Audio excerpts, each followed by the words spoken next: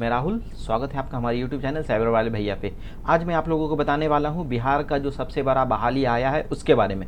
सबसे बड़ा बहाली इसको इसलिए बोलते हैं क्योंकि टीचर्स के बाद सबसे ज़्यादा पदों पे जो बहाली होता है वो इंटर स्तरीय एग्ज़ाम में ही होता है। अभी प्रीवियस वाले एग्ज़ाम में 14,000 कैंडिडेट का टोटल बहाली लिया गया था, तो इस बार भी 11,098 सीट का नोटिफिकेशन जारी कर दिया गया है।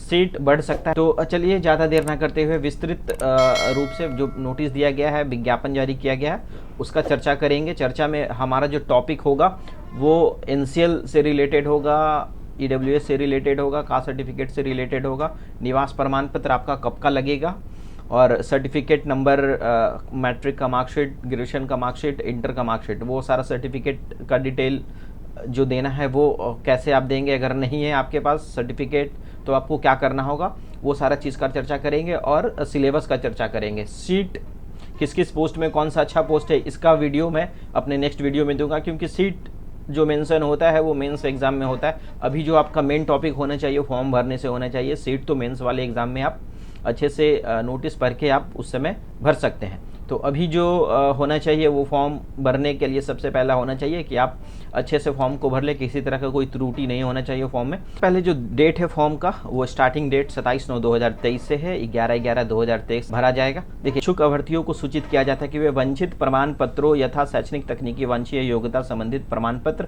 अंक प्रमाण पत्र, दिव्यांगता प्रमाण पत्र, सक्षम ईडब्ल्यूएस सर्टिफिकेट को दिया गया नोटिस कि आपके पास नहीं है या फिर पुराने डेट का है तो उसको रिन्यूअल कर ले या फिर नया बनवा ले। ऐसे ही नोटिस को नीचे करते हैं तो यहाँ पे मेन चीज़ जो है, अभ्यर्थी ऑनलाइन भरने के दौरान अपने नाम, पिता का नाम, पता, लिंग, जन्म तिथि, आरक्षण, कोटि, दिव्यांगता प्रमाण पत्र संख्या इत्यादि की विवरणी स्पष्ट रूप से आपको देना होगा, क्योंकि अगर इसमें गलती हो जाता है तो किसी भी परिस्थिति में ऑनलाइन आवेदन भरकर समर्पित कर देने के पश्चात आपका त्रुटियों में सुधार संभव नहीं होगा, जैसा कि नोटिस में दिया गया है। तो इसलिए आप फॉर्म भरेंगे अच्छे से, स्पेलिंग वगैरह सब चेकआउट करके फॉर्म भरेंगे। आप किसी साइबर कैफ़े में फॉर्म भरते हैं तो वहाँ ऐसे साइबर कैफ़े में फॉर्म भरेंगे जहाँ फॉर्म को अच्छे से चेक करवा के भरा जाता है। बहुत सारे साइबर में होता है कि जल्दीबाजी में आपका फॉर्म चेक नहीं किया जाता है, तो आपको ध्यान रखना होगा, चेक आपको करना होगा, क्योंकि फॉर्म गलत आपका होगा। जो है आपको देख के अच्छा लगेगा कि टोटल 11,098 सीट का बहाली यहाँ पे है। कुल पदों की संख्या 11,098 है। जो मिनिमम क्वालिफिकेशन है वो इंटर पास है। मिनिमम क्वालिफिकेशन इसमें इंटर पास है। कि बाहर के भी कैंडिडेट अप्लाई कर सकते हैं, यानी दूसरे स्टेट के कैंडिडेट भी अप्लाई कर सकते हैं। दूसरे स्टेट के कैंडिडेट जो फॉर्म अप्लाई करेंगे वो जनरल में अप्लाई करेंगे। आपके पास सिर्फ मैट्रिक और इंटर का सर्टिफिकेट नंबर होना चाहिए तो आप इस फॉर्म को भर सकते हैं। आपका कास्ट और निवास आपको नहीं देना होता। यहाँ पे दिया गया है अनुसूचित जाति, अनुसूचित जनजाति, अनुसूचित जनजाति श्रेणी के अभ्यर्थियों के लिए राज्य सरकार द्वारा अधिसूचित सक्षम प्राधिकार द्वारा निर्गत जाति प्रमाण पत्र एवं स्थायी निवास प्रमाण पत्र ही मान्य होगा। संबंधित प्रमाण पत्र को काउंसलिंग के समय प्रस्तुत करना अनिवार्य है। तो जो नोटिस में दिया गया सक्षम पदाधिकारी, तो इसमें मिनिमम जो आपका होना चाहिए वो आरओ लेवल का होना चाहिए और 1 साल से ज़्यादा पुराना आपका कास्ट नहीं होना चाहिए। निवास भी जो होगा स्थायी प्रमाण पत्र होगा, 1 साल से पुराना नहीं होना चाहिए। और सक्षम पदाधिकारी कम से कम आप एसडीओ लेवल तक का आप अपना सर्टिफिकेट बनवा लेंगे, कास्ट सर्टिफिकेट बनवा लेंगे, और रेसिडेंस आरओ तक का भी चल जाएगा, पर अगर एसडीओ होगा तो वो ज़्यादा अच्छा होगा। चर्चा का विषय होता है वो एनसीएल होता है। तो इस फॉर्म में जो एनसीएल मांगा गया है वो यहाँ पे आपको दिख रहा होगा, मैं आपको दिखा दे रहा हूँ। अभ्यर्थियों द्वारा आवेदन में अंकित क्रीमी लेयर रहित प्रमाण पत्र काउंसलिंग के समय प्रस्तुत करना होगा। 1 वर्ष से अधिक पुराने क्रीमी लेयर रहित प्रमाण पत्र की स्थिति में आपको घोषणा पत्र देना होता है 18B। तो ये 18B सर्टिफिकेट जो है हमारे स्क्रीन पे दिख रहा है, ऐसा ही होता है अगर आपके पास 1 साल से पुराना एनसीएल है तो अभी जो एनसीएल आपको लगने वाला है 1 साल से पुराना आपको नहीं देना है, 1 साल तक का ही दीजिएगा। 2023 का आपके पास बना हुआ है तो काफ़ी अच्छा, अगर नहीं बना हुआ है तो एनसीएल आप बनवा लेंगे। यहाँ पे मैरिड कैंडिडेट के लिए भी नोटिस दिया गया है। अभी प्रीवियस जितना भी अभी बहाली हुआ है सब में इसी तरह का नोटिस मैरिड कैंडिडेट के लिए दिया गया। अभी टीचर्स वाले में भी सेम प्रोसीजर था। तो आरक्षण का दावा करने वाली विवाहित महिलाओं का जाति क्रीमी लेयर उनके पिता के नाम और पता से होना चाहिए, ना कि उनके पति के नाम और पता से होना चाहिए। तो मैरिड कैंडिडेट जितने भी है, आपका जो एनसीएल, कास्ट और रेसिडेंस सर्टिफिकेट आपको लगेगा वो आपके फादर्स के नाम का होना चाहिए, उनके नाम से अगर आपके पास नहीं है तो बनवा इस फॉर्म को भरने के लिए आपका जो एज काउंट होगा वो 1/8/2023 से होगा। देखिए यहाँ पे जो डेट दिया गया है 1/8/2023। न्यूनतम जो डेट होगा 1/8/2023 को 18 साल होना चाहिए और इंटर पास होना चाहिए। जनरल कैंडिडेट पुरुष के लिए 37 वर्ष और जनरल कैंडिडेट फीमेल के लिए 40 साल।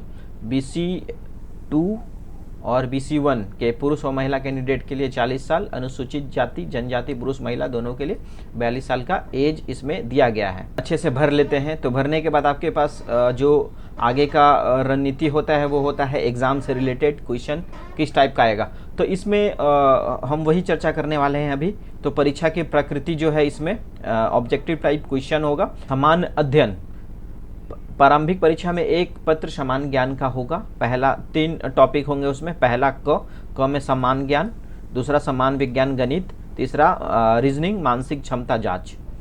कुल प्रश्नों की संख्या 150 होगा। प्रत्येक सही उत्तर के लिए 4 अंक दिए जाएंगे। एक गलत उत्तर के लिए 1 अंक काट लिया जाएगा। यानी इस एग्ज़ाम में निगेटिव भी है, तो आपका वो ध्यान रखेंगे, निगेटिव आप नहीं करेंगे। क्वेश्चन पेपर जो होगा हिंदी इंग्लिश दोनों में होगा।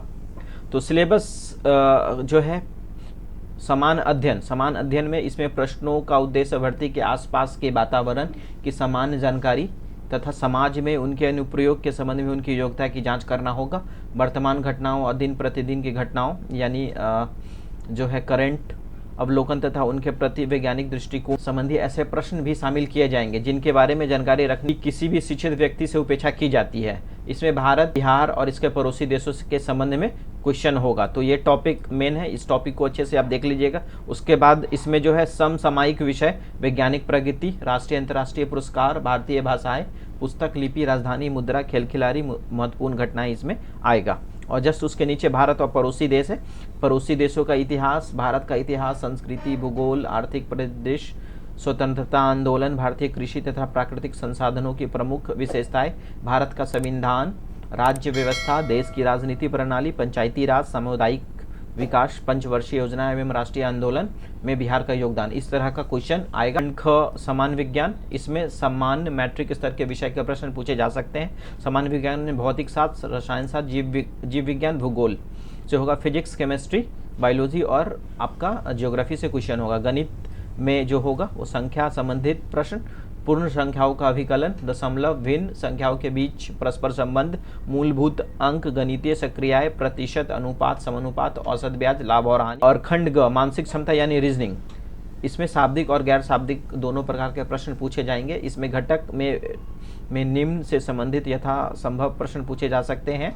सादृश्य, समानता एवं भिन्नता, स्थान कल्पना, समस्या समाधान, विश्लेषण, दृश्य, स्मृति, विभेद, अवलोकन, संबंध, अवधारणा आदि के क्वेश्चन होंगे। फॉर्म का जो स्टार्ट होगा वो 27/9/2023 से होगा। तो 27/9/2023 को मैं एक वीडियो और बनाऊंगा कि फॉर्म आपको कैसे सही भरना है, किस टाइप का फ़ोटो लग रहा है। ऐसे फ़ोटो जो आपका लगेगा वो वाइट बैकग्राउंड का ही लगेगा। और फ़ोटो आप लेटेस्ट, अगर आपके पास फ़ोटो नहीं है तो फ़ोटो आप अच्छे स्टूडियो में फ़ोटो बनवा लेंगे। मोबाइल से खींचा हुआ फ़ोटो बिल्कुल अपलोड नहीं करेंगे। इसका लास्ट डेट जो है जो 11/11/2023 है। तो फॉर्म भरने के पहले आपके पास जो मैंने अभी बताया NCL, कास्ट, निवास, वो सब सारा चीज़ बनवा के फॉर्म 27/9 से स्टार्ट है और 11/11 तक आपको किसी भी सूरत में भर लेना है। डेट जो है इसका एक्सटेंड का अभी तक कोई सूचना नहीं है, इसीलिए 11/11 तक आप मान के ही चलिएगा। सारा डॉक्यूमेंट आप 11/11 के पहले आप बनवा लेंगे। अपने सिर्फ टोटल सीट बताया है। पोस्ट से रिलेटेड कोई किसी तरह का कोई बात नहीं किया है। वो इसलिए नहीं किया क्योंकि पोस्ट से अभी PT एग्ज़ाम में कोई मतलब है नहीं। तो पोस्ट का जो प्रेफरेंस फॉर्म भराता है वो मेंस के समय डलाता है। तो अभी इस पर चर्चा करना बेकार है। सारा पोस्ट इसमें अच्छा होता है, इसीलिए वो आप PT क्वालिफाई कीजिए। मेंस के समय जो फॉर्म भराएगा उस समय हम लोग पोस्ट का चर्चा करेंगे। टोटल पोस्ट अब ध्यान में रखिए 11,098 सीट है और इसमें आपको एक सीट लेना है, सारे सीट से मतलब नहीं है। और सारा पोस्ट इसमें अच्छा है। तो मेंस के समय जो फॉर्म भराएगा पोस्ट प्रेफरेंस का, उसका वीडियो मैं लेके आऊँगा अपने चैनल पे। निवेदन है, रिक्वेस्ट है, इतना जो आपके लिए मैं वीडियो बना रहा हूँ, जानकारी दे रहा हूँ, तो हमें सपोर्ट कीजिए। हमको सपोर्ट करने के लिए आपको चैनल को सब्सक्राइब करना होगा, दोस्तों के साथ शेयर करना होगा। और अगर वीडियो ठीक लगा, हमारा जानकारी आपको सही लगा, तो हमारे चैनल को लाइक कीजिए। आज के लिए इतना ही, मिलते हैं नेक्स्ट वीडियो में, तब तक के लिए धन्यवाद।